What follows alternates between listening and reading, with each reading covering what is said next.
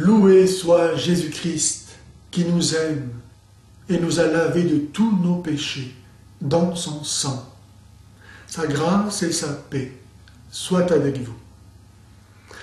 L'islam affirme que les chrétiens ont falsifié leurs écritures et qu'à cause de cela, ils ont perdu la révélation apportée par Jésus, en sorte que Dieu aurait été obligé d'envoyer Mahomet apporter à nouveau la même révélation que serait donc aujourd'hui l'islam. Or, pour ne prendre qu'un exemple, mais suffisamment significatif, les chrétiens aujourd'hui baptisent, affirmant que le baptême fait partie intégrante de la révélation apportée par Jésus et qu'il est même indispensable au salut. Déjà, du temps de Saint Jean-Baptiste, les foules venaient se faire baptiser par lui afin d'être lavées de leurs péchés et recevoir ainsi dignement, saintement, le salut apporté par le Messie, annoncé par tous les prophètes, et que Saint Jean-Baptiste a désigné en la personne de Jésus, disant « Voici l'agneau de Dieu qui enlève les péchés du monde ». Jésus lui-même a demandé à recevoir le baptême. Pourquoi ? Pour en montrer l'absolue nécessité. Et il a envoyé ses disciples dans le monde entier pour baptiser d'un baptême nouveau et parfait qui non seulement enlève tous les péchés originels et personnels, mais confère le don de l'Esprit Saint pour faire entrer le baptisé dans la communion avec Dieu et donc dans la vie éternelle, ayant le même esprit que Dieu.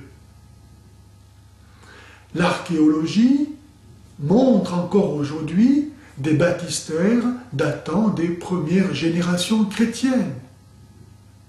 Et l'histoire, la littérature chrétienne, la littérature non chrétienne enseignent que l'Église a, depuis ses débuts, toujours et partout baptisé.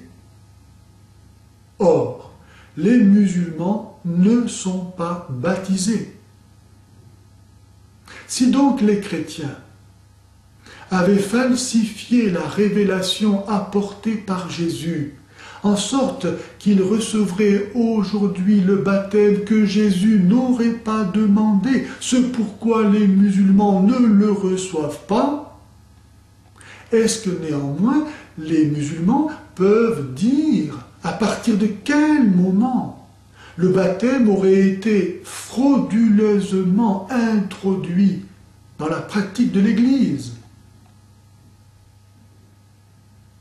Si les musulmans ne peuvent pas répondre à cette question, parce que tout montre que l'Église a depuis toujours et partout baptisé, ils ont alors la preuve que ce sont eux qui ne sont pas fidèles à la révélation apportée par Jésus. Tant il est vrai que le baptême est indispensable au salut et que sans lui il n'y a pas de révélation chrétienne.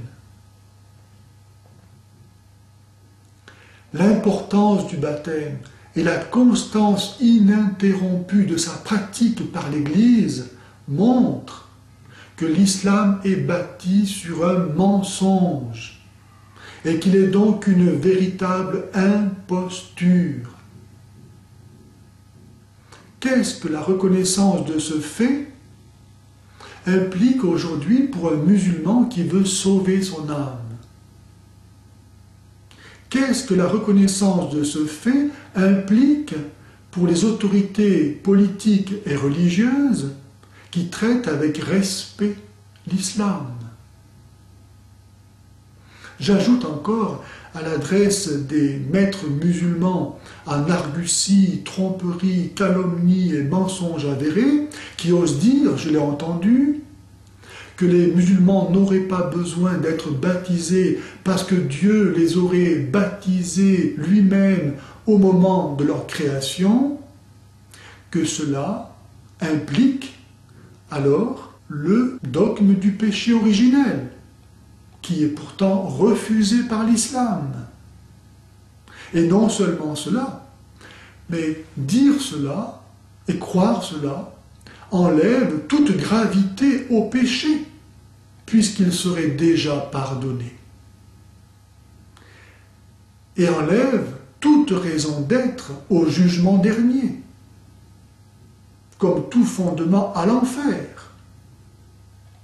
Bref, il ne reste plus maintenant aux musulmans qu'à se diviser entre ceux qui vont accueillir l'amour de la vérité et recevoir le salut par le baptême, et ceux qui vont s'endurcir dans le mensonge et mériter ainsi la colère de Dieu et la damnation. Il n'y a pas d'autre solution.